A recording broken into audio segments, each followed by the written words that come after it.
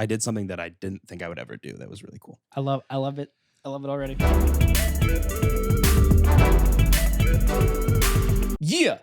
Cheer. Yeah. Player 1, player 2. Yeah.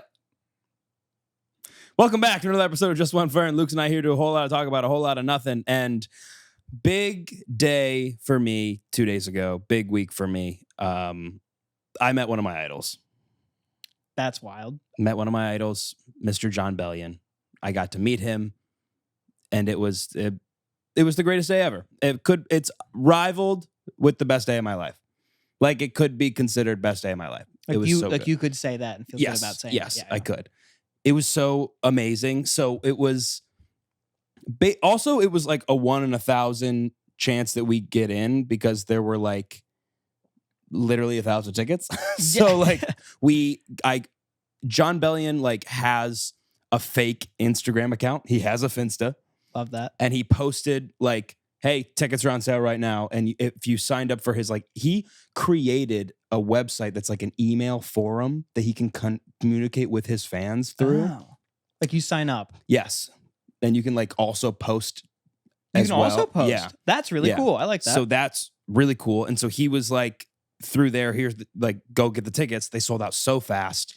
And I happened to get 2 for Dave and I, because Dave is also a huge Bellion fan. So we go that day. We show up at like 1.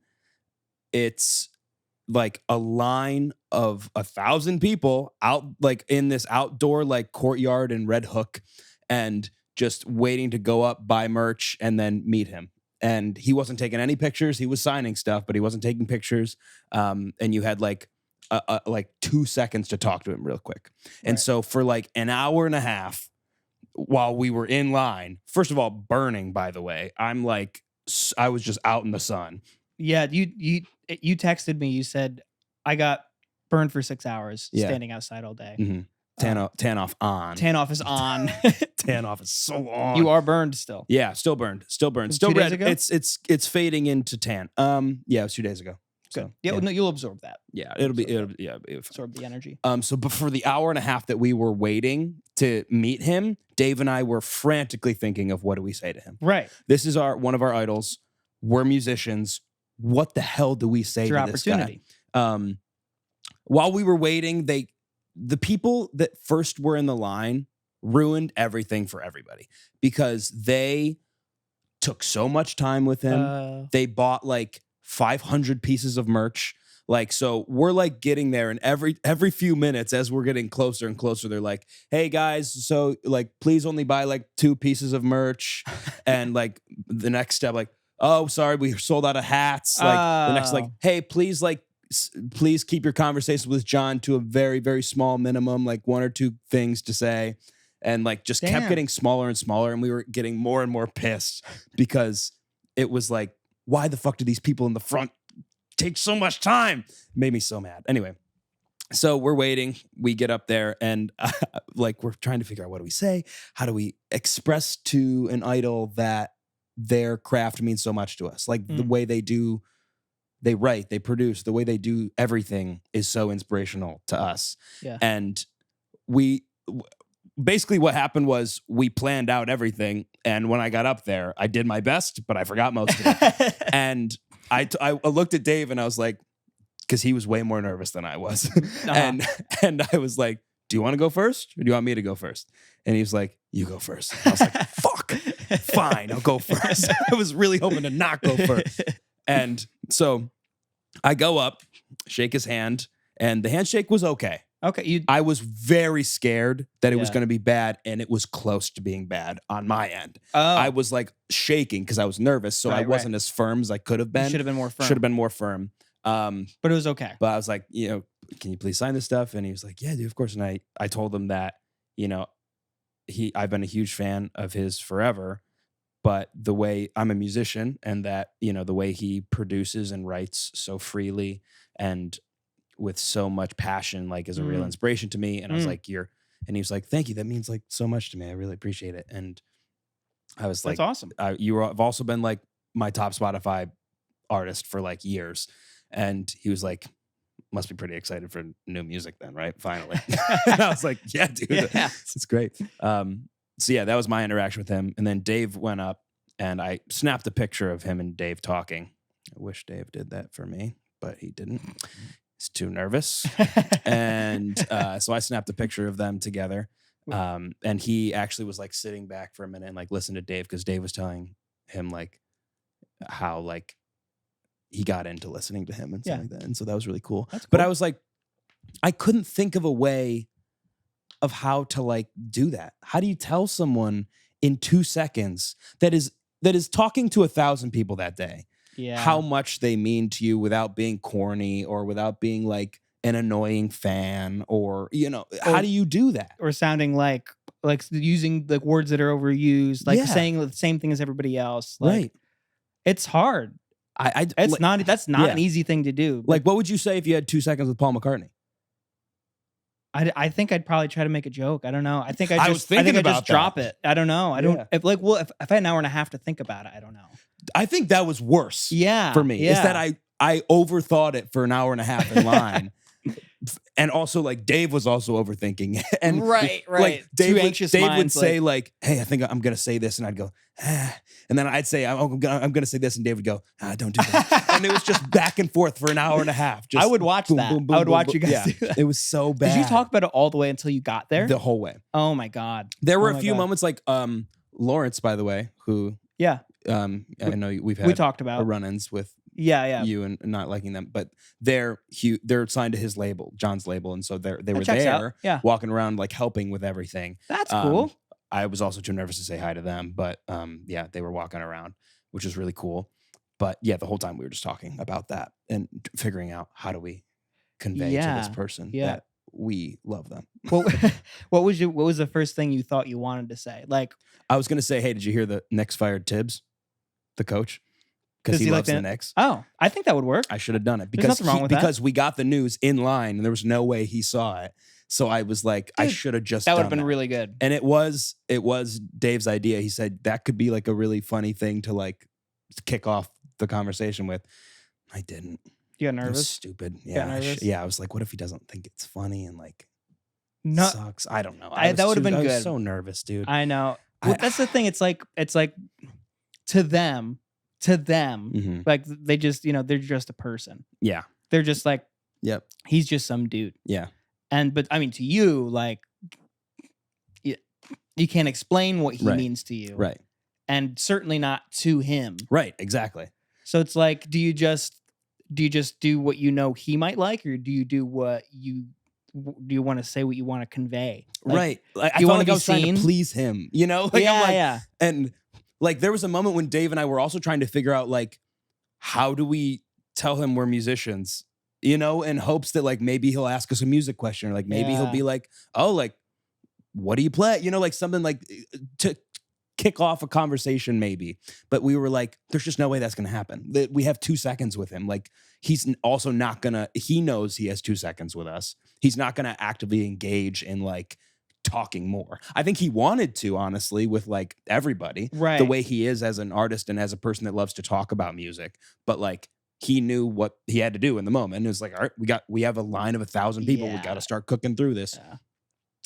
Seems like a personable guy though. Like, very. There was definitely a better way that it could have been done in terms of efficiency of like where the merch was and where, like, because it was merch and he was sitting next to the merch, so you had to like buy it and everyone was like picking things out, so that took time, and then you went and talked to him. No, see, that's and no so good. It should have been you buy the merch and then like a more of a line than him. That's what I there should have been like maybe merch spots along the line. Yeah, that would have been cool. That would have been really good. That would have been cool. Or with the way it happened when I met Drake Bell. Oh. All right. R.I.P. Me being able to publicly support him. Right. In order to talk to Drake, you had to buy merch. You had to buy merch to get in line to meet him. That's okay. I don't love that. It was kind of implied. Yeah, well, I mean, but like, you didn't have to. Like, you still had to wait in the line, but you didn't have to buy merch. Oh, that's kind of cool. Yeah, that's kind of cool. I think everyone did, but like the hats sold out so quick, and I was like, were they cool? They're probably really cool. Yeah, they were sick. You're a hat guy. they were just like the ones, like the shirt that I showed you, but like they had like the Italian flag and the American flag on it. It was like, that was very, very cool. But yeah, so I met him. I was shaking, just frantically shaking. It was one of the coolest moments of my life. Just like, I've never met an idol before. None? Never? No, never met an idol before. Well, I met Corbin Bleu. Well, once. so that's the day that's tied for this day. It's the best day of your life. Could be. It's up there. Yeah, remind me to talk about Corbin Bleu later because I have something to bring up about him. Sure. Which this just jogged my mind about. But yeah, it was just such an amazing moment being able to meet someone that means so much to me. So then Dave and I, you like leave because the show, like the doors are at 7 and it's like we meet him at like 3-ish, 3:30 maybe. We're freaking out because, we just met him. So then we have to go back in line for the general admission. We just are sitting on the sidewalk with all the other fans for like hours waiting to get in. And starstruck. Yes, starstruck. And that was fine. I was dying of heat exhaustion. It was so hot. We were just dying to get inside, like barely had any water. Finally get in. And this is where like the cool stuff happened. I did something that I didn't think I would ever do. That was really cool. I love it. I love it already. So we're packing in there. It's like only a 1,000-person venue. There's a stage up front and it's standing room only, general admission. Everyone just walks in. There's like a balcony above where like the VIPs are. So we're standing there. Dave and I, we're packed in. Dave's like in front of me because it's so packed. Okay. And we're waiting for like a half hour. Doors were at 7. It's like 7:30. People are getting antsy, and it's also still light outside. So we're kind of like, all right, is he waiting for people to like, for the sun to go down? Like, what's he waiting for? And so in that moment, I was thinking to myself, he hasn't performed in years, 6-7 years. And he hasn't released an album in 6-7 years. So I thought it would be really cool if like he heard how much the music still means to us and how much the music like speaks to us and how happy we are that he's back and releasing music. So I'm just standing there. People are talking around me. It's just loud from people conversing. And I like look at Dave for a minute and then I just like look down and I just go, I was the knight in shining armor in your movie. Put your lips on mine and love the aftertaste now. The guy next to me joins in. Call your name, you look right through me. Yeah, and so he starts singing with me and found out he has a godly voice. Really? Just the random dude next to me. Then, so we're like, put your lips on mine and love the aftertaste now. And so the two of us are jamming. Yeah. Dave's kind of looking like, I don't know if this is something that we're going to join in on. And then the guy on the other side of us turns to us and he's like, "Deco bop dum dip, deco bop," and he starts singing. And so we're just growing like, and then Dave turns around, he joins in. So the four of us are like standing there staring at each other and we're just like singing this song. And slowly it starts growing and growing to more people around us joining in. And then by the chorus, everyone's like, low, low, low, low, low, low, low, low, low, low. Yeah. And everyone is singing.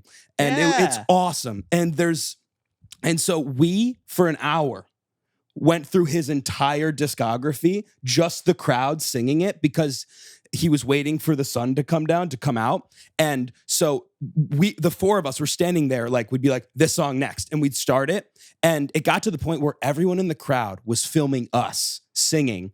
And they would hold up their phones like a song of his and be like, this one next. And we were taking requests of Jon Bellion songs at the Jon Bellion show. That's so cool. And everyone around us was singing along with us. And about like 40 minutes into us doing that, he comes out on the balcony and he like looks over and he's like tearing up. And he's like, this is like incredible. We're waiting for the sun to go down, but like this means so much to me. I can't believe I get to come back and do this. Like, and I was like, I did it! Yeah. I did it! I didn't say, I didn't, I was inside, I was praying that he would be like, so who started it? Yeah. Because I'm this guy. You're coming on tour with me. But I was like, never in my wildest dreams would I ever have done that normally. but something just came over me where I was like, I'm just gonna start singing one of his songs, and I think people might join me. That's Aaron. That sounds nothing like you. Yeah, I just started amazing in front of 1,000 people, and just slowly it grew and grew and grew.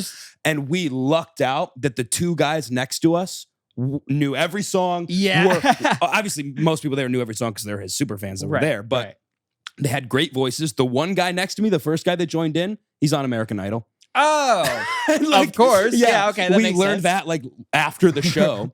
But we exchanged information. He also went to college with Dave's cousin. Whoa. So like it was just such a small world moment where also it was just, and there's some videos actually that I can show you of Aaron, like us doing it. That's so amazing. That's so cool. And I'm like slowly, like every once in a while, for the past 2 days, I'll be scrolling on TikTok and it'll pop up and I'll just be there. Like you'll see yourself. Yeah, wait, can I see? Yeah. This is what it sounded like. This is when everyone had joined in. And then, I don't want to be some pictures of Jesus. Come on, followers, don't get lost. Me and you inside real life. Me and you inside real life. And it was so cool. And we were harmonies too. Yeah, people were going for it. He's a musician's musician, so like people were like really good singing there. Right. What else? There you are.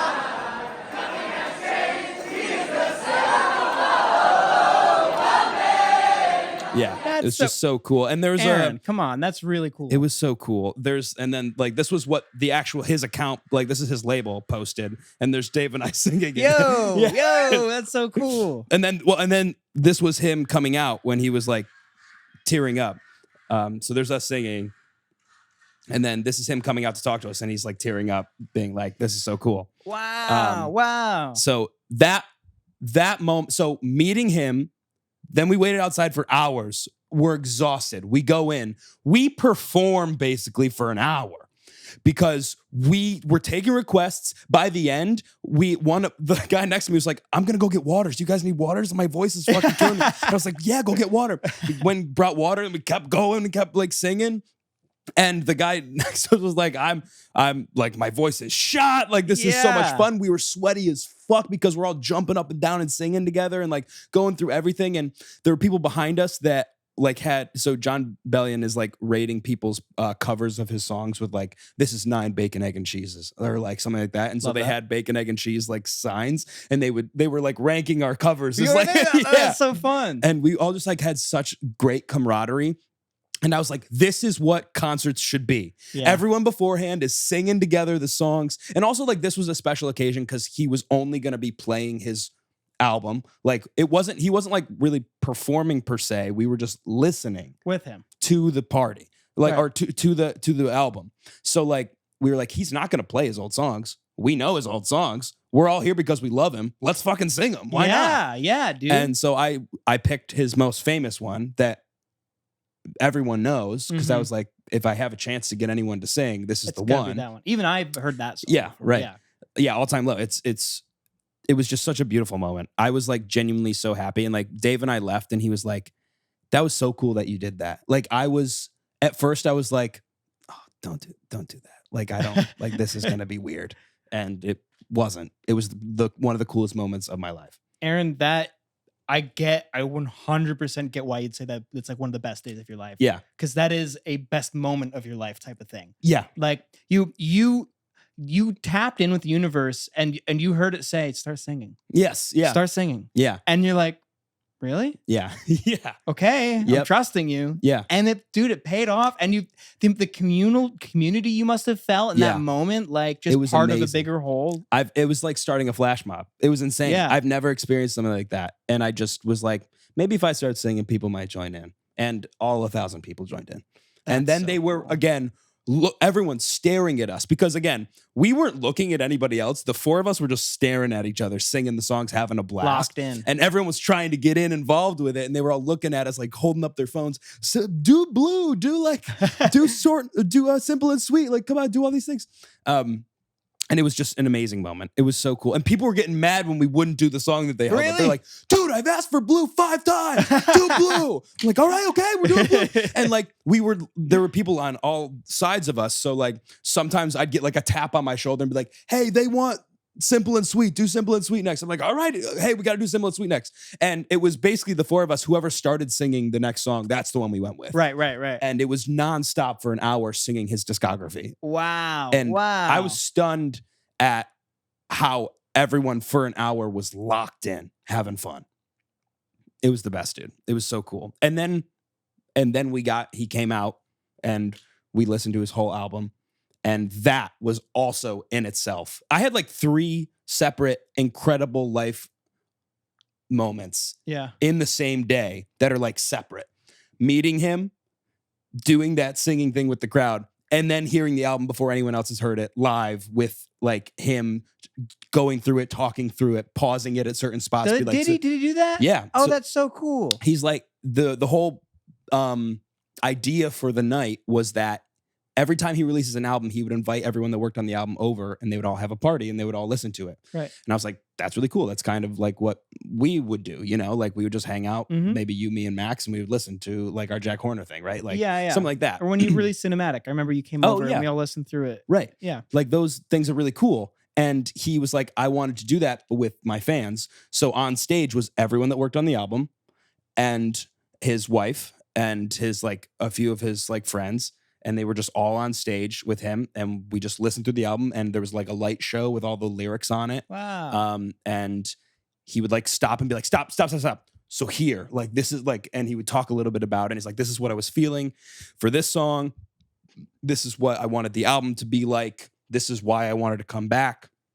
Everyone thanked my wife, because if it wasn't for my wife, I wouldn't like have made music ever again for myself. Wow. Like it was just such a powerful night. And like, it was just awesome. But and the music is so good. The album is so good. And I'm so happy because like, no offense, JT, he's let me down with the past 2 albums, kind of.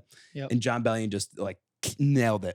It took 6 years off and then wrote bangers for like every person alive that's a musician, and then decided to write an album of bangers himself that actually like means something to him.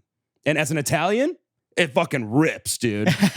Dude, that's some Italian pride. Hell yeah. I got to show you this one part. I don't think we can put it in the. I don't know if you heard it because you said you listened to like the first few things, but did you hear Vinny's Artichokes? No. So there's this Italian influencer named Lil Mozzarella. I think his name is, or something like that. Maybe Big Mozzarella, something Mozzarella. And he came on stage like randomly. He's like, they were starting to play the song, and John's like, stop the fucking song. This guy. And he pulls him up and he's like, how you doing? And they're like being guy. Yeah, the how you doing? Yeah, he's also a comedian. He's like always says, tell your sister I said hi. That guy? Maybe. He's like, he's skinny, big. white. No. He's a big guy. He's a bigger guy. Yeah, which is why I think it's kind and of. I'm not thinking this the right You're guy. thinking of Cooj. Yeah, I'm thinking of Cooj. You're thinking of Cooj. Like, yeah, but he does like a how you doing thing. Okay. I mean, well, it's very Italian. But yeah, he comes up on stage and he starts to tell the story. He's like, I got a voice note from my friend of this guy saying like just a random voice note. And it's like, I'm going to put that in my album. And this is what it was. And it's hysterical. It's Vinny's art. Yo, snap a lips. It's me, Vinny. You forgot 2 artichokes here. I don't know what you want to do with them. Mary saying if you want to come pick them up, I don't know. You want me to FedEx them to you?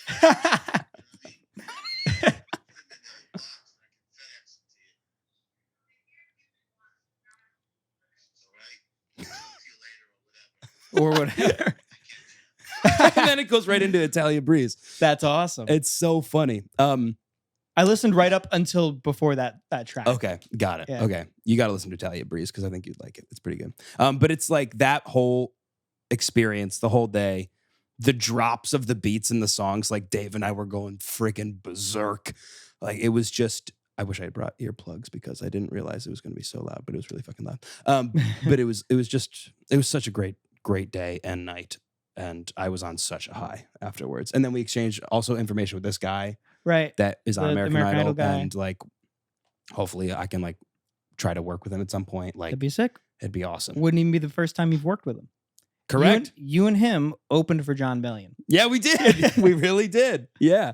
It was just so cool. It was so cool. And like now that he knows Dave's cousin, like that's an in, you know? Oh, definitely an in. So it was a very, very beautiful moment. And it was just like, again, one of the best days ever. I'm really happy for you, dude. Thanks, That's awesome. Man. Thank you. Like, that's the thing is like only 1,000 people could get in. Mm-hmm. It was on his Finsta to find out about it. Like, these were the super fans of the super fans. Right. Like, not only do you have to like think he's like the best artist ever, but you also have to be like obsessed with him online. And like, no, something's coming. Mm-hmm. I'm going to be refreshing constantly. Yeah. I'm going to be everywhere he is. Yeah. And I'm going to be tapped in with the other like groups of people who know about him and like him. Yeah. Yeah. To be able to get here. Like, yeah, that's really cool. It's awesome. And he's playing SOBs in West Village, but it's like a 30-person venue, so that's sold out in like 18 seconds. Oh. But he's doing one show. He's like, I don't want to tour. I have a family. I'm not touring. So he's doing one show at Forest Hills or something stadium. It's like in Queens. Yeah. And that's it. The one show. Like he's doing one show and that's it. It's a stadium show? Yep. Only one. One show. And that's it. People at this show, dude, the guy next to me flew in from California just for that. The people in front of Dave flew in from Florida. Like people were there from Virginia, from Cleveland. Like everyone flew in for this. Dude, thing. I believe it. My my friend from work, Colin, he's the one who let me know. But when I texted you, he was like, I think he's doing a thing. And you're like, yeah, I'm already all over it. Yeah. No, I'm on it. Yeah, he lives in Las Vegas. He lives in Nevada. Damn, that's and cool. He was like, I mean, yeah, like I would come all the way out to New York to see Jon Bellion. I'm like, that's crazy.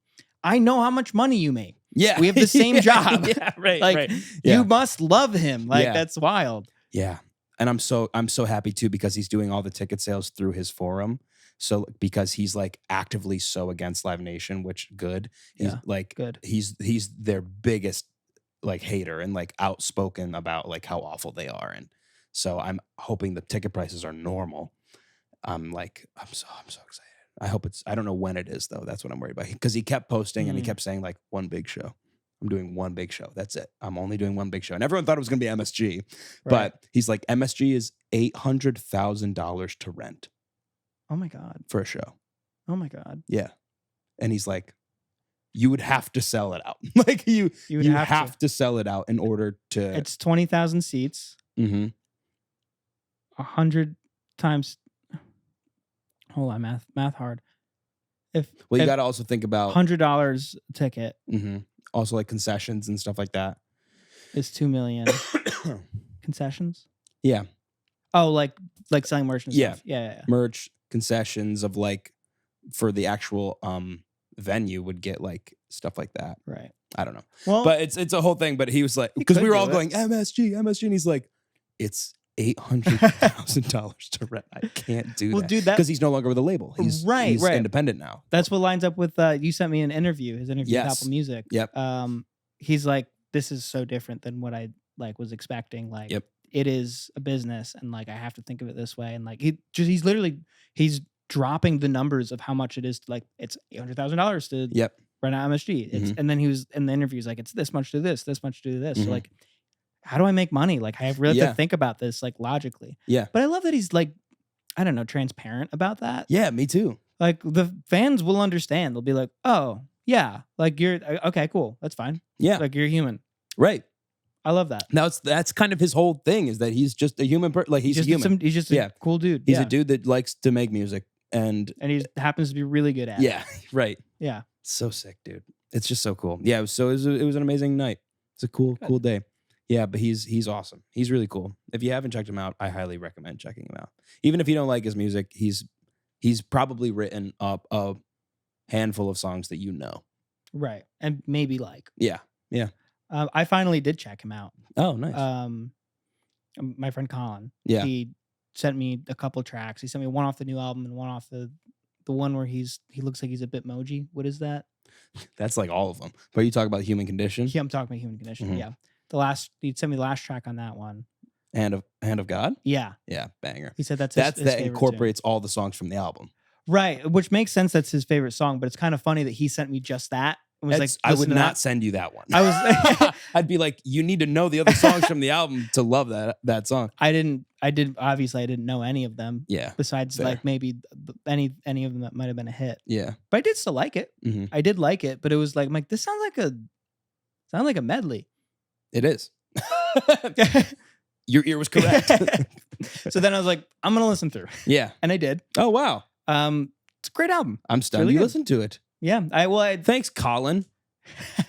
What, I couldn't get you to listen to it?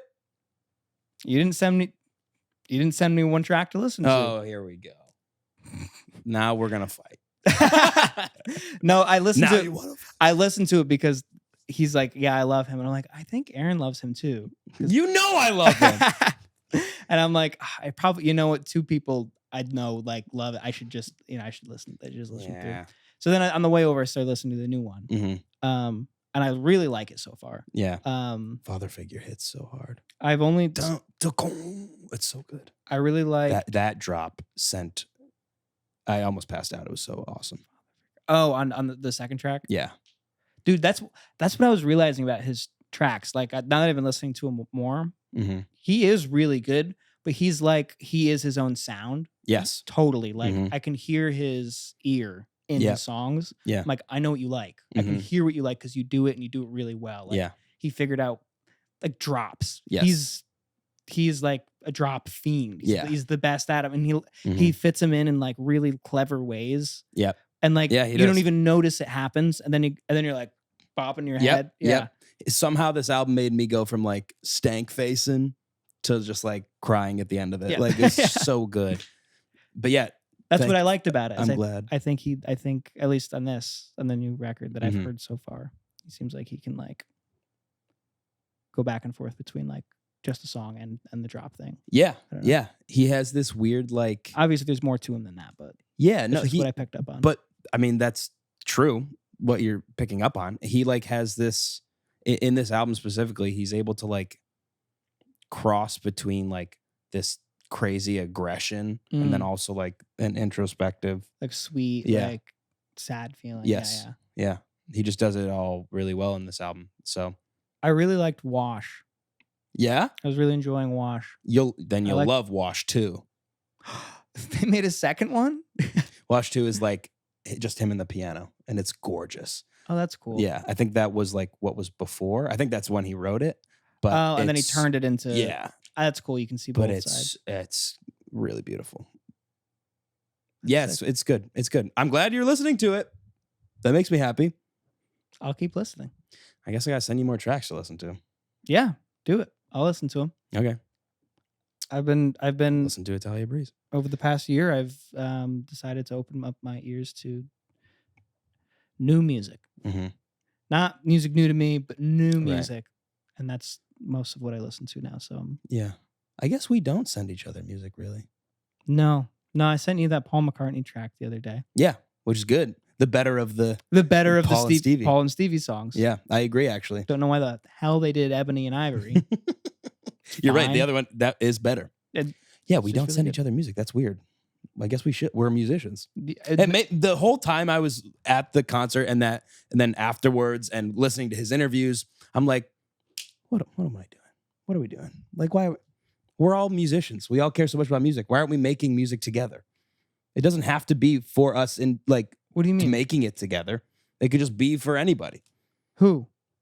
Us. You, me, Max. Like, oh yeah. Dave, like, just make songs to make songs. There's no reason we don't. There's no reason not to. But we don't. We have to, every time we make a song, it has to be for something. It feels like. Yeah. Like, and it has to be like, oh, well, this is mine, you know? Sure. Like, we've never written for each other, really. Ever. No. And I think there's this unspoken ego of all of us. What do you mean written for each other? Like, I write you if I wrote a song and I brought it to you, I feel like your first reaction would be like, I'm going to do my own stuff. Maybe. Yeah. I feel like that's just, and I feel like that's how it is with all of us. I would do the same thing. I'd be like, I don't know. But that's when I see him on stage with everyone that worked on the album with him, he's the leader of it because he knows what he wants. Right. But all these people helped with him and he is clearly able to be like, oh, let's do that. Right. That's a really good point. that's the industry also. That the industry isn't people that write their own music. Dude, that's everybody. Yeah. Everybody. Even like the people who like do everything, like they give these indie artists like Mac DeMarco and like Tame Impala, they're like, yeah, I play every instrument and I produce the album. Like still like produce, like somebody else mixes it. Somebody else like probably came in and was like, hey, let me help you like set up this. Like, and then every time there are artists like that, their breakthrough album is the one where they start working with somebody else. Yes. Where they have a producer. They have like multiple people that they bring in to like help on the music. Because you always say that. You always ask that question, like, is music better when it's collaborated? Yeah. And I have such a hard time with collaboration, and I think it's because of like deep rooted competition and like growing up in a school where, especially in my high school and even in college, where it's like, if you're doing music, if you go to school for music, if you're in band, if you're in choir, you are competing against everyone else in that choir for everything. Right. In that band for everything. And in that entire county, you're fighting against everyone for the same spots, and you're trying to be better than them. You don't want to work with anybody else. You want to be better than them.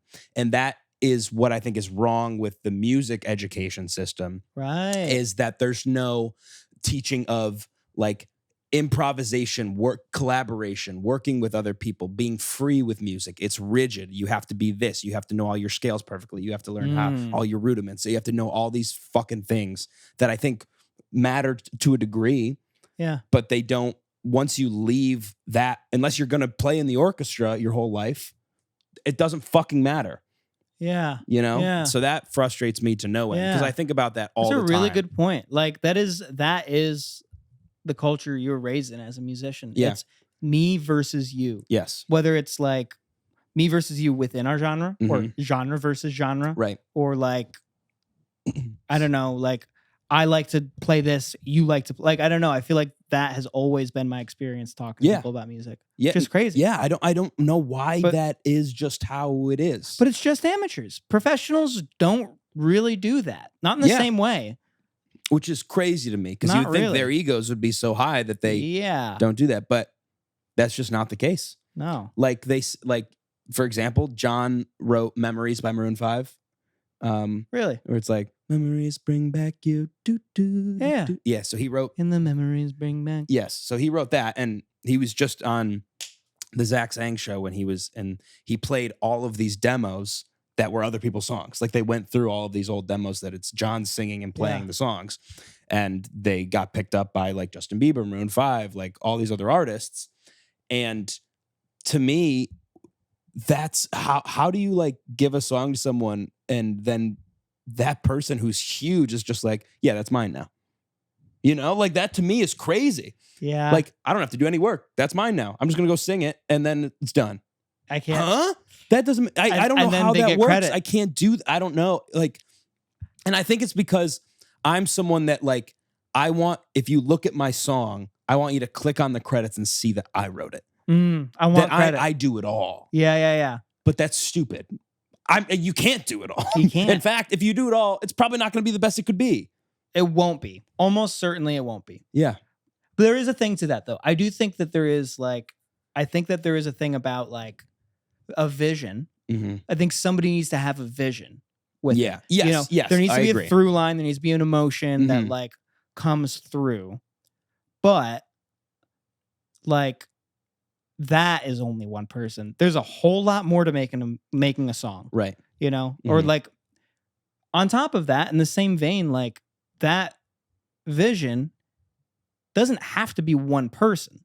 People can share the vision. Yeah. Like if you're both connecting on something, yeah, and then like you're adding on top of it, that you're gonna make a way better song than if only if you were just adding on top of something. You know? Yeah. I mean? No, I agree. But you have to share it. But it has to be that shared like feeling. Like I feel like as long as there's like that heartstring to the song. Yeah, I agree. Like a clear like path, I guess, where there has to be at least one person that is like, this is the direction we're going in. Like I'm right. Like, but that's where like sometimes I struggle with is because I'll bring something to the table and I'm like, I don't know where I want to go with it. And then then you play the game of someone says, well, we could do this. And I go, well, not that, like that's but I don't know what I want. You know what I mean? Yeah. And then I think with Jon, he's like, I know what I want.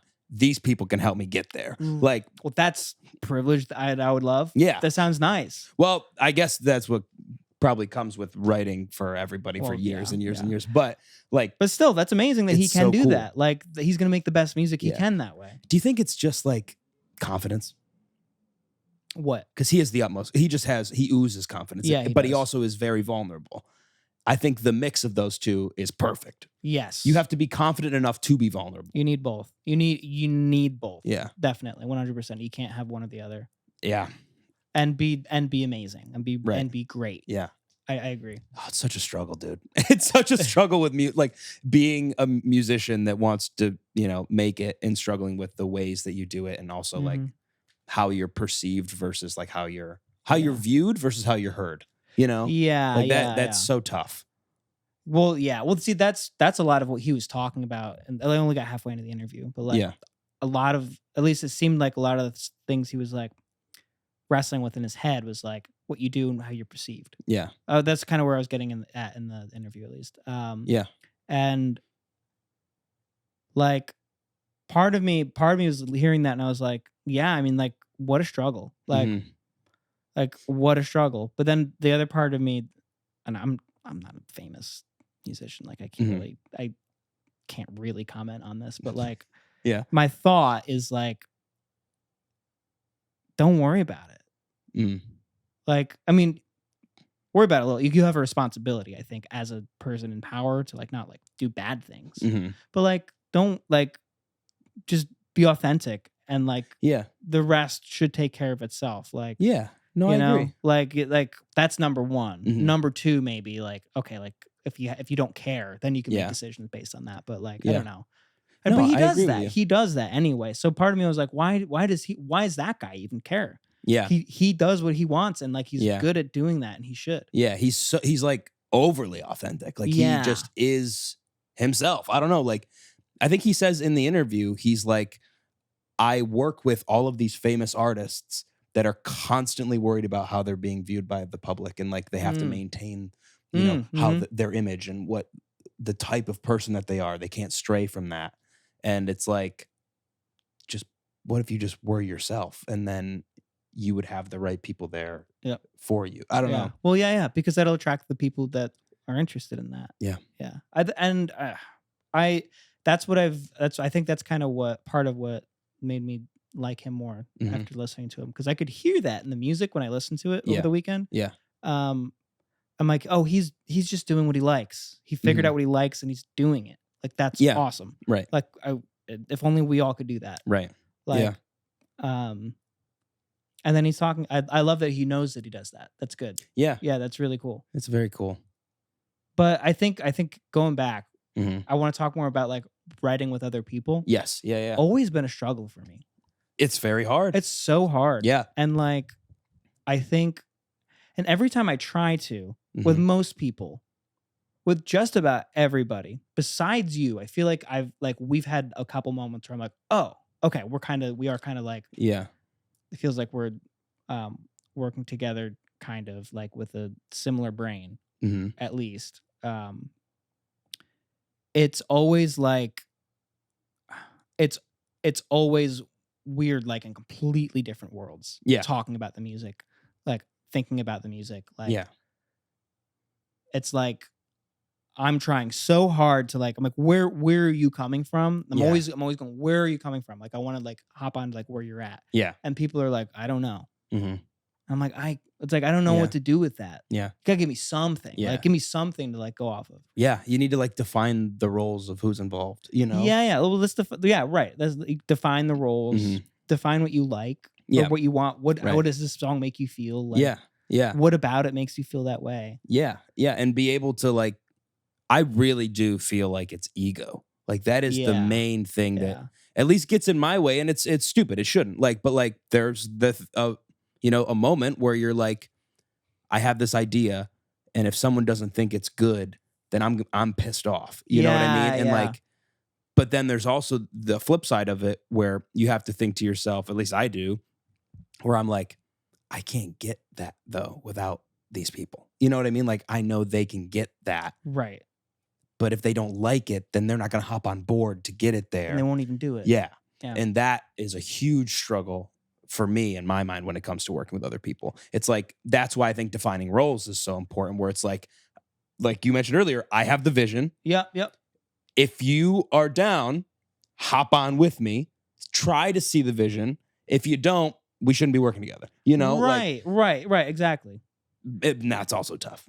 Because when do you throw that away? You know? Well, then you have to think they have ego. Yeah. They're like, oh, they want to work with me. I'm gonna do what I like. Yeah. I'm gonna do what I want. Yeah. Even if sometimes you can define the roles. Yeah. This is my song. This is my vision. And then they're like, I'm gonna do blah blah blah blah blah. Mm-hmm. And I think that's sick. And they're doing the same thing that you're doing in your head. Yeah. They're like, I have to what if they don't like it? What if they don't get on board? Like, and then they get mad if you don't like it. Yep. But I don't know. I think it's like, it's one of those things where like the person, you should like allow people to have ego, but like when you define the roles, it's like whoever like it comes with, maybe who comes with the core vision can have the ego about the song. Yeah. And then everybody else like drops it and like just tries, because that's my thing. I'm like, I want to hop on. Like I want to try to hop on. Yeah. Yeah. And like sometimes people aren't willing to let you hop on. Yeah. That's where I think that all that comes in is if you have the opportunity for someone that's like, hey, I want to help. Like, I see what you want to do. Like, let's do it. I think that's so rare. Like, grab it and run with that. Hop on. Yeah, Come literally. on. Because I think about Jack Horner a lot when I think about collaboration. Yeah. Because I know it's kind of a silly little project that we do, but it's also a really interesting case study in working together on something. Yeah, it is. And being in a confined space with each other with a common goal, even though we may not be on the same wavelength of how to get to that common goal. Yeah. You know? So I've learned a lot about collaboration. Yeah. I was thinking, for example, like there are times when I'm trying to think of an exact moment, but like if say Max is working on a song and he's in the chair. He's locked in. He's like he has this like tunnel vision about him when he's really locked in. You can tell. And then like you or I would be listening to something that he's doing and we could like go over and be like, dude, I hear this in there. And he's like, no, you know? And then that little thing, even though he doesn't mean it in a bad way. He doesn't mean it in a mean way. He's not trying to shut us down. He has such a locked focus of the direction that he wants to go that he's pushing us out. But when he does that, my brain goes, I'm not going to say anything anymore. Yeah. Because because he knows better than me, you know? And maybe that's not true, but like I thought this was a collaborative thing, you know? Right, right. Separating the definition of a collaborative project and like a kind of a work for hire project, you know? Like separating like, all right, how much are we collabing? Because if we're collaborating, to me, that means equal say. Right. Yeah. If like I was like, hey, I want to put out an EP. Can you guys help me make it?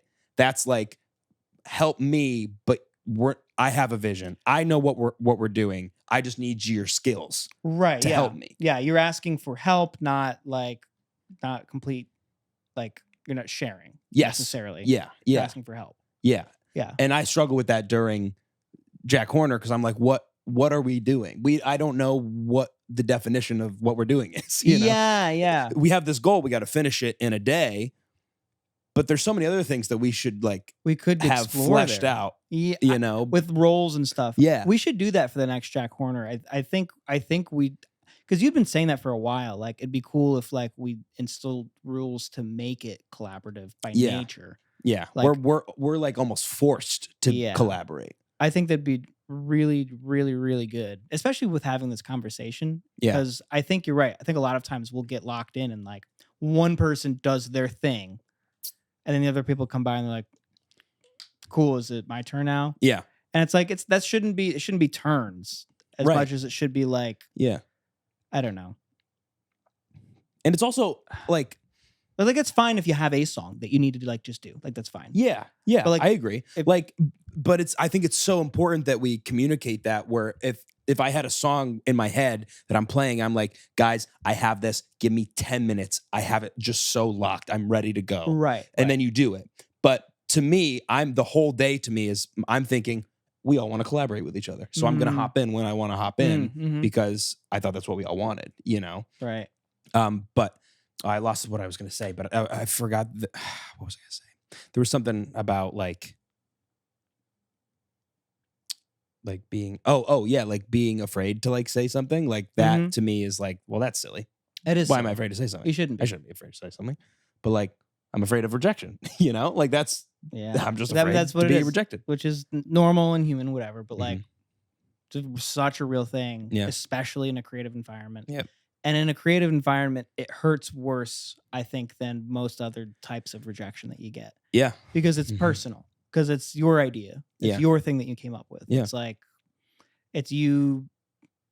I don't know. Like it's basically like your kid's on a playground. Yeah. But you're like 5 years old in a playground. You see some kid with a truck and you're like, can I play with your truck with you? And he's like, no. Yeah. And you go, okay. Fuck, I guess I'll go talk to the teacher or something. Like, I guess I'll go hang out with my mom.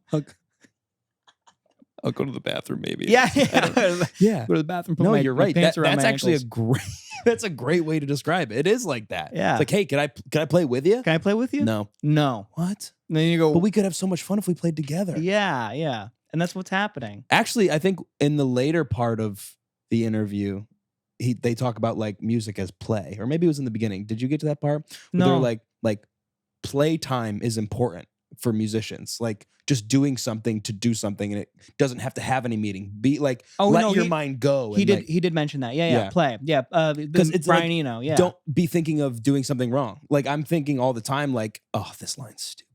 You know, that's the worst thing you can do. Yeah. Yeah. Like absolutely. This is a stupid line. Like this, when in Jack Horner, all we do is write stupid lines, you know, like that's the whole point of it is we're supposed to let our brains go, but I'm still worried about it the whole time in the back of my head thinking, don't look dumb. Don't look stupid. Don't say something wrong. Yeah. Yeah.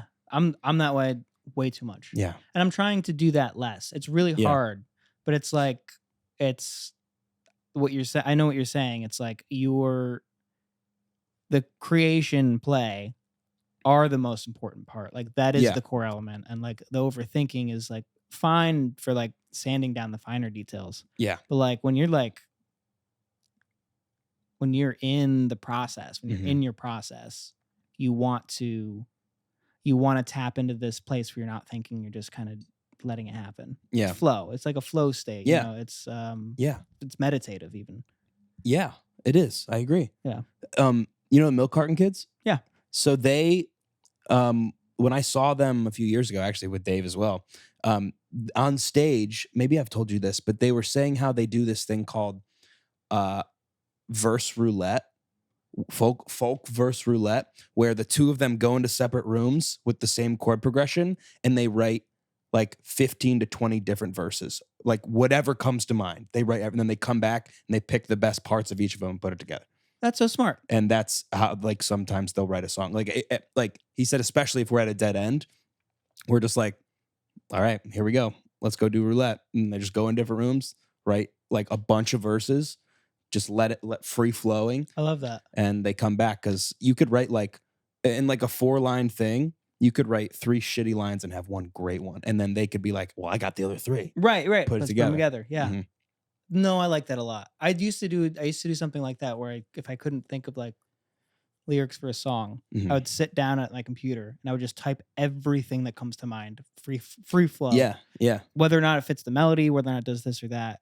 And most of the time it's trash. Yeah. All of it trash. Yeah. And then there'll be like one, you can see like I'm touching on something. Yeah. And then you're hitting, and then you've exhausted it, and then you go back to trash. And it's like, you're allowing yourself to be a medium for the universe to like channel something through you. I don't know. Yeah. No, it's trusting your gut. Yeah. I love the writing everything out. It helps so much, because also there's the flip side, which we crave as musicians, which is when you sit down and somehow that day you just write start to finish a great song in like 20 minutes.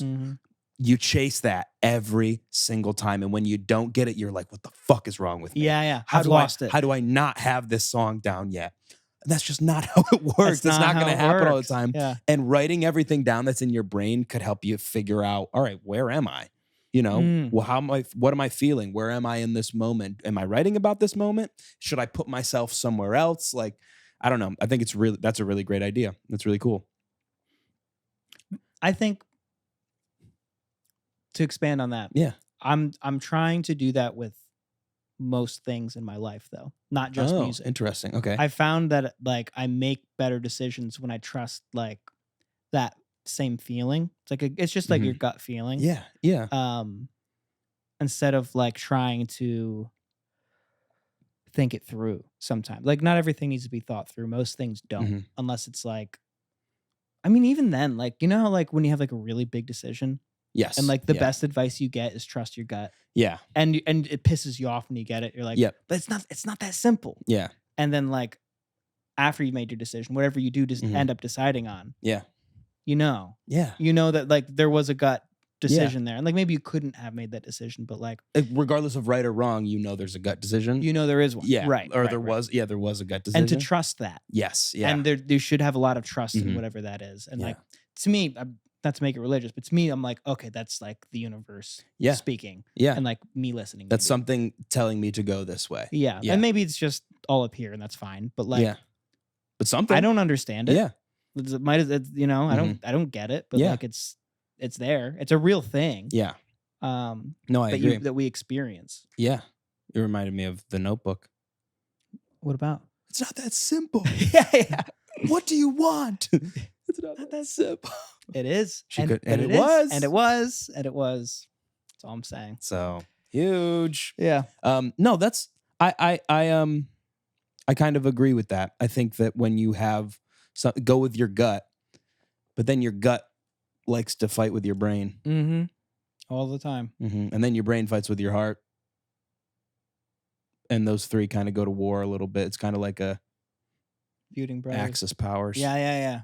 Love triangle, hate triangle. Yeah. Absolutely.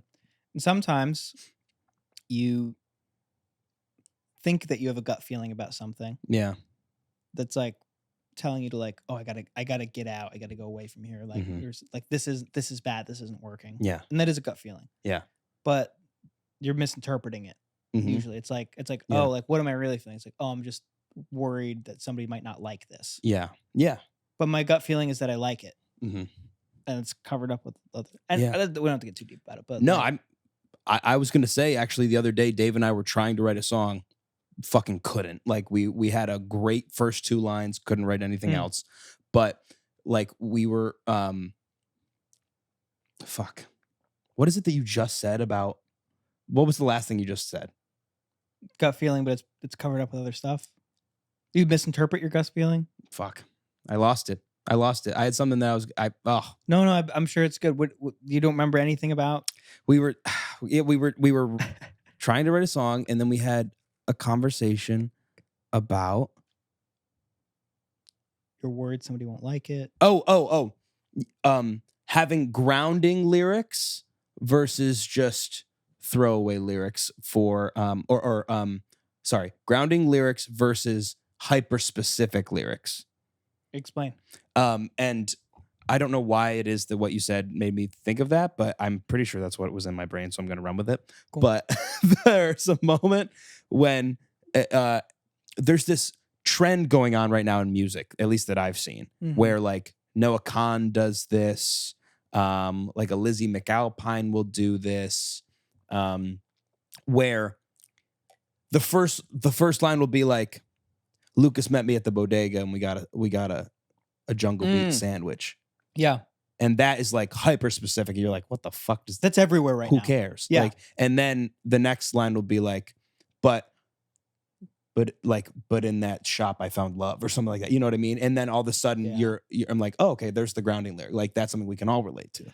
Right. And we were like, it's so strange how that's working. It's like theater music coming into pop music. That's a really good way to put it. Yeah. And where it's like, I went to the store the other day and I bought Pepsi and it was really good and it got me all caffeinated, but then I felt so sad. You know, like people are doing that, and I obviously in a way better way, but like it's always interesting to me to see how it's shifted from, you know, it was just all for forever supposed to be like grounding. Yeah. And if you had really specific lyrics, you were like, what are you doing? Yeah. Like it's like, hey dude, you're being like way too vulnerable right now. Mm-hmm. Like this is you're cringing me out. Yeah, you're like, exactly. You're cringing me out. They were lyrics that used to be cringy, but now they're seen as like being authentic, I think. Yes. Yeah. Like, it's like an authenticity coming through. Yeah. And I'm writing that way a lot. I'm noticing like I'm putting it in, and I'm like, I'll be like, well, yeah, you had that on your EP. You had that line about the hotel room. Oh yeah. And I remember thinking like, yeah, oh he's doing it. Like that's super modern. Like that's super like that was a good line. I heard it and I went, and it stuck with me. I still remember it right now. You know what I mean? Yeah. It's so, I don't know. It's weird because it's like people are begging for you to give more of yourself. Like, tell me what actually happened. Yeah. You know, like, stop beating around the bush. Tell me what actually happened. But then they say it and you're like, well, I wasn't there. I don't care. Like, what does this have to do with me? I wasn't at that bodega, you know? Right. And then you're like, I always thought that Bodega Cat seemed a little sad. If I had a million friends, but no close ones, what would that be like? Yeah. You know, then you're like, oh my God. Oh, wow. Introspective. Yeah. Holy shit. Wait, she was at the bodega and thought of that? That was like ethereal. Yeah, right. Oh. Yeah, like some stupid shit like that. And it's really funny the way that at the show, Jon Bellion, there's a song where Luke Combs is featured on it. Right, yeah. And people were complaining, like, oh, it's a country song. Like, I don't like it. And he's like, dude, no, it's not. But also, like, who fucking cares? He's got a great voice. Like, why? Yeah. Listen to the lyrics. And then that started a whole other conversation of like people liking your music versus you liking your music. And like Dave and I were also talking about that. Oh, that's what I want to talk about. Other people liking your music versus you just doing something you like. Like I love this song. But if I brought it to you, and this kind of goes with collaboration, you changed everything, and like I just would maybe go along with it when I was like, but this first version's really fucking good and I like this first version. That's what had jogged my memory. But that was part of our older conversation. So No, I see what you're saying. Like, yeah, like I feel like I'm all over the place right now. I'm like, oh, I got so many thoughts about this. Well, we're going, being a musician. We're talking about it. We're diving in. I love it. No, because that's the thing. It's like you love this and you have this thought, you have this vision, you have like this piece, and you're worried you're gonna lose that when you bring it to somebody else. Like you're worried they won't get it, or like that's the piece they change. And when they change that, you go, what the fuck? Yeah. What? Right. That's the part you change? Yeah. And then you go, no, never mind. I don't even want to talk. I don't even look at you right now. Yeah. It's like almost insulting. Yeah. But then you don't want to like. I like saying no though. You know, like the saying, like I don't have that in me. I'm working on it. But the ability to be, if like someone changes something, to be like, no, this is better. No. Like the Quincy Jones with Michael Jackson. No, that string part is fucking banging. Yeah. It's staying in the song. Yeah. I'm not changing it. He was so right. Yeah. He was so right. And I remember like, not to dredge it up, but like part of the reason Citrus Maxima broke up is like we had creative differences over those things. Like that's what and it's hard to mend that. Like it's things that are like so intrinsic. Yes. And it'd be like the thing that somebody else loved about a song was the thing that somebody else didn't like about a song.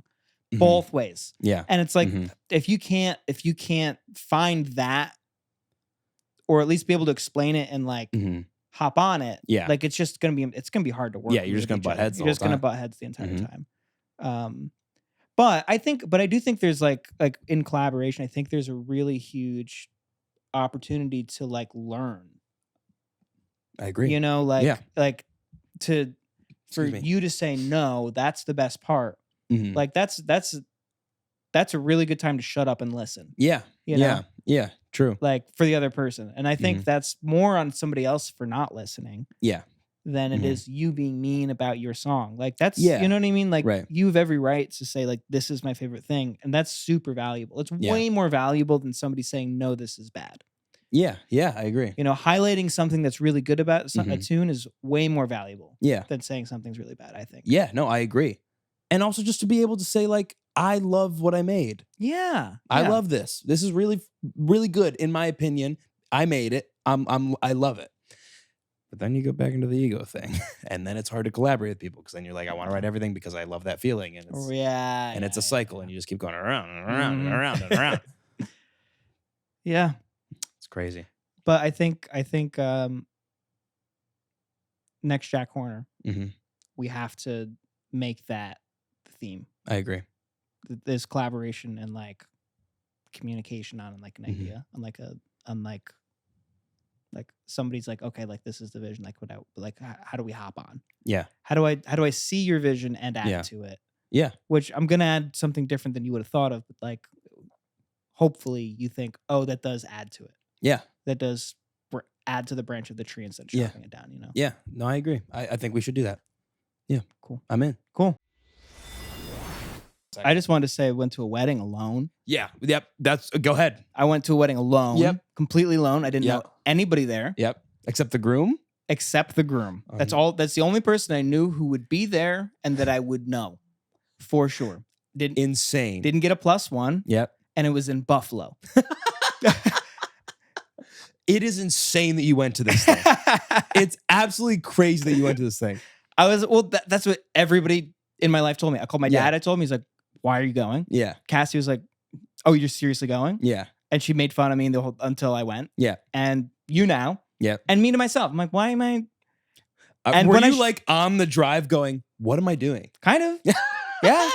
Well, because it was a 2-hour train ride home. Yep. And then it was a 5-hour car ride to the hotel room I had to like pay for. Yep. And then spend the night by myself. Dude, after the wedding, Cassie called me. She was like, she was having her 5-year reunion for her undergrad. And she had a couple drinks, but I was like, you're like, what are you doing? I'm like, oh, I'm just in bed. I'm watching Family Guy on the TV. And she's like, flip the camera around. Like, let me see. And she started laughing. She's like, that's so sad. She's like, you're all alone. You're in that room all alone. It's so sad. Dude, no, that's a great feeling. And I was like, I'm king right now. I'm king. Dude, there's nothing better than being alone in a hotel room. Dude, once, not every night. I'm sure every night would be bad. That'd be tough. But yeah. Dude, for that night, I was like, it was a little lonely, but I was like, no, I'm king of the castle. Yeah. King of the castle, you know? That's pretty sick. But it made me laugh really hard when she said it. I'm like, that was so mean. That was really so mean. And then I told her the next day, and she's like, did I say that? I don't know if I remember saying that. Playing coy. No, you said that. You said, and that's so funny. I get it. I mean, I get it. I'm not ragging on her, but dude, just, what did you want to say? Oh, it's the best. Was that what you wanted to point out? I wanted to point. Because there's more to the story. My favorite. First of all, it's insane that you went to this, but also I love it because I can't believe that you did all these things at the wedding on your own. But you sent us a picture of you in the photo booth alone with a squid hat on, and every face was serious. And not only that, but it was surrounded by groups of people. Yeah. Other people, like family, or like 2 people who were there as a couple, and then it's just Lucas alone in a 4-slot in black and white. I mean, I did that on purpose. It was like, oh my god, that I was peeing my pants laughing when you said that. That was so funny. I'm glad you liked it. Yeah. I was like, I thought it was so funny. I couldn't believe it. So funny, and I showed Cassie, and she's like, why'd you do that? It's so good. It's so good. I'm like, I need something to document how truly alone I was going to this. It's the perfect way to describe the weekend for you. Yeah. This is what happened. Every picture. with the goofiest hat on, like the googly eyes. Yeah. It was hysterical. I have the picture. I'm putting it up. Yeah, please put it in. Please put it in. But turns out I wasn't truly alone. Yeah. I ran in. Oh, yeah. I ran in to somebody I knew, which is wild. Yeah. Somebody we all know and love. Yes. Who told me he listens to the podcast somewhat. Yeah. Every now and then. I think so. Maybe regular. I don't know. Jordan Cohan. Yeah. Shout out to Jordan Cohan. How you doing, Jordan? Cohan. Wonderful seeing you there, buddy. Class of 2020. Yes, sir. Yes, sir. He was the DJ. That's so cool. And he's DJing a lot. That's so wild that you ran into him. Happened to run into him. I walked into the wedding. I saw the groomsman. And hey, how you doing? And he was like, and I was like, okay, that's how it's gonna be. That's fine. So then I walked over to where they do the wedding part. Yeah. Which I forget what they call, but like the pew. The ceremony? Yeah, the ceremony where they do the ceremony. This was outside, and I was looking around. I'm like, wow. I was like, maybe he has a lot of friends, mostly family. So I'm like, okay, family guy, cool, whatever. But that's tough for me. Yeah. I'm like, there's not that many people my age. Right. So I sat alone through the ceremony. It was a nice ceremony. Yeah. But when I walked up, first person I saw was Jordan. Wow. And he saw me first, and he walked up. He said, Lucas Ronell. Shook my hand. I was like, what's going on right now? This is crazy. This is wild. What's happening? What's happening? Did you for a minute think he was there for the wedding, or did you think... No way. No, me immediately, very different people. Yeah. The guy I went for and Jordan, very different people. Immediately, I was like, he must be DJing. I know he's a DJ. He must be DJing this wedding. That's awesome. I even asked him, I was like, oh, sorry, go ahead. Well, he's like, why are you here? I'm like, oh, I know Brandon. He's like, how do you know Brandon? I'm like, he went to school with us. He's like, he went to Fredonia? I was like, yeah. That's so funny. Was he a great DJ? Yeah. That's awesome. Yeah, I love that. Did I show you any of the videos No, of I him don't think announcing people? No. Dude, he ate it up. Oh, I bet. He ate it up. I bet. I've always, like, once I found out that he was doing that, I pictured him just crushing it. Dude, it makes so much sense for him, I feel like. He would do like such a great job at that. Oh, wait.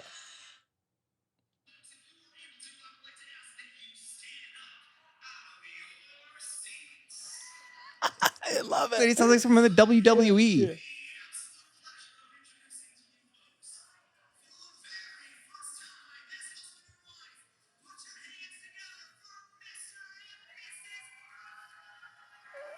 Damn. He was that hype for every groomsman. That's awesome. It was sick. Dude, it was sick. That makes so much sense. He has such an energy to him. That's awesome. Dude, that's so cool. I'm so jealous that you got to see him. No, it was fun. And then I did make friends. Well, of course, you had to wedding crash, basically. I was wedding crashing, yeah. My first subject was this guy. Yes, my first victim. I was like, I'm just going to jump right in the water. Yeah. There's a guy, very skinny, and he had a tattoo of a knife on it. Yeah. On the side of his head. Of course. And like our arms all tied up. I'm like, this guy's a character. Yeah. Is he an ex-convict? Like, what's going on here? Yeah. Why he's stuck out. You clocked him. I got to talk I'm like that. I'm talking to that guy for sure. And I walk up to him and I'm like, I'm gonna come in real strong. Yeah. You know, I don't know what this guy's like. And like he had a plate of food. I'm like, so what are you eating? Looks good on there. What is that? What do you got? and he turns to me and I'm like, oh, he's pissed. No. Yeah. He goes, oh, I think it's a mushroom, and I think that I thought that was steak, but I think that's also a mushroom. And, what do they only got mushrooms in this? And I'm like, looks a little burnt. Like, did you? And I was keeping it up. He's like, oh, I don't know. Well, some of it's for my girlfriend, and like I was just, I was waiting, and, like, and I was like, oh, this is the sweetest guy I've ever met. Like, this is the nicest guy. He's such a cool guy too. Like I started what to the talk. Fuck are you eating? Yeah. Huh? Give me your lunch money. And he's like, you're bullying this man. I just bullied a really sweet person. All right. And he's like, yeah, I'm a tattoo artist. I went to Alaska recently for a client. I'm like, oh, you're really cool. Like, this is sick. And I looked up his art. His art is amazing. Oh, nice. Like people we know follow him for his art. Like, oh, wow. I was like, yeah. So we talked for a little bit, and I felt bad for like judging him. Literally, the second thing he said to me was like, "Yeah, I was thought about covering this tattoo up, just at somebody's wedding." Like, I'm like, oh well, I'm like, no, dude, don't cover that up. It's really cool. Like, dude, no, it's sick. Like, especially knowing him, hyping him up. I'm like, that is cool. Yeah. Like knowing him, I'm like, that's awesome. Yeah, but I don't know. I hope he doesn't hear that I thought he was a convict. I don't know. Like I don't know. I gotta talk to that guy. Just because he had a face tattoo. Because he had a face tattoo. No, honestly, though, I would have done the same thing. Yeah. What are you going to do? Yeah. What are you going to do? If there's a guy with a face tattoo, I got to talk to the guy with the face tattoo. And then we ended up sitting at the same table. Oh, nice. Table 17, crammed way in the back. Of course. Cassie's like, yeah, you were the table of people who probably won't come. Yeah. And I was like, but I went. But you went. I went. And I made a lot of friends. Yep. And Thanks for the food. And I went to the photo booth. Uh-huh. And I had a lot of drinks. A lot of drinks. Open bar? Yes, sir. Good. Yes, sir. Anyone that doesn't have an open bar can eat it. I tried to make friends with the bartender. Mm-hmm. She was just paranoid. She's like, somebody here's underage. They won't tell me who it is. They won't tell me who it is. How old are you? Okay, give me your ID. You don't look of age. How old are what? you? And I was like, I'm 17. It's plenty old enough. And she's like, and she went, no, it isn't. You need to go. And I was like, don't you want to check my ID? She's like, why? And I showed it to her and she's like, I'm so sorry. I'm so sorry. Dude, that's awesome. Way to like stick up for like make fun of her a little bit. Well, Like someone who has that a big of little a stick bit. up her butt, like be like, come on. I'm like, come on now. And then I'm like, you know who I think it is? I think it's that person over there. Oh, that's good. And she's back in. She was like, yeah, you think so? You think so? I'm like, definitely. She's got to be like 16. There's no way. There's no way. She's like, okay, I'm not serving it. I'm not serving it. I'm like, definitely don't. That's awesome, dude. And every time I came back, I'm like, did she come up? Yeah. And she's like, not yet. Dude, but I'm waiting. Messing with a paranoid person. I'm sorry. No, it's funny. It's so easy to do. You don't have to do anything. You just gotta be like, yeah, I think it's that guy. And then they're gone. That's so funny. Wow. That's cool that you went alone. Fun. I don't have the guts to do that. So that's really cool that you did that. Well, I don't know, dude. You sang Jon Bellion. You started a Jon Bellion. Yeah, but I knew everyone there at least knew what I'd be singing. Like it wasn't like I don't know. It's different. There was something connecting all of us. Yeah. I guess the couple was connecting all of you, but like that's such a weirder experience. I was set up for failure. Yeah. Sure. I knew each thing I tried was certainly going to end in failure. Yeah. Yeah. And a lot of it didn't. It's a good lesson. Yeah. Good lesson there. That is a good lesson. Good lesson to end on. Yeah. Alrighty. Thank you so much for listening. Please subscribe. Follow us on all social media. Please also buy shirts. Please. No one's bought a shirt yet. So buy a shirt. If you are still listening to this episode, you like us. Yeah. You like us. Yes. Or you've fallen asleep and Yeah. I just woke you up. Mm-hmm. Even still, you should buy a shirt. Just please buy a shirt. You qualified for shirt. Like you can justify. Somebody sees you in the shirt. You'll go, oh, it's from the JustOneFern podcast. They'll go, do you listen? The answer is yes. The answer is yes, You've because you made listened it this to the end far. of this video. Yeah. You listen to the podcast. Right. Over an hour, Yeah. I think. Yes, you listen. You have to be a fan. Definitely. Yeah. Definitely. Anyway, thank you so much for listening. We'll see you next week.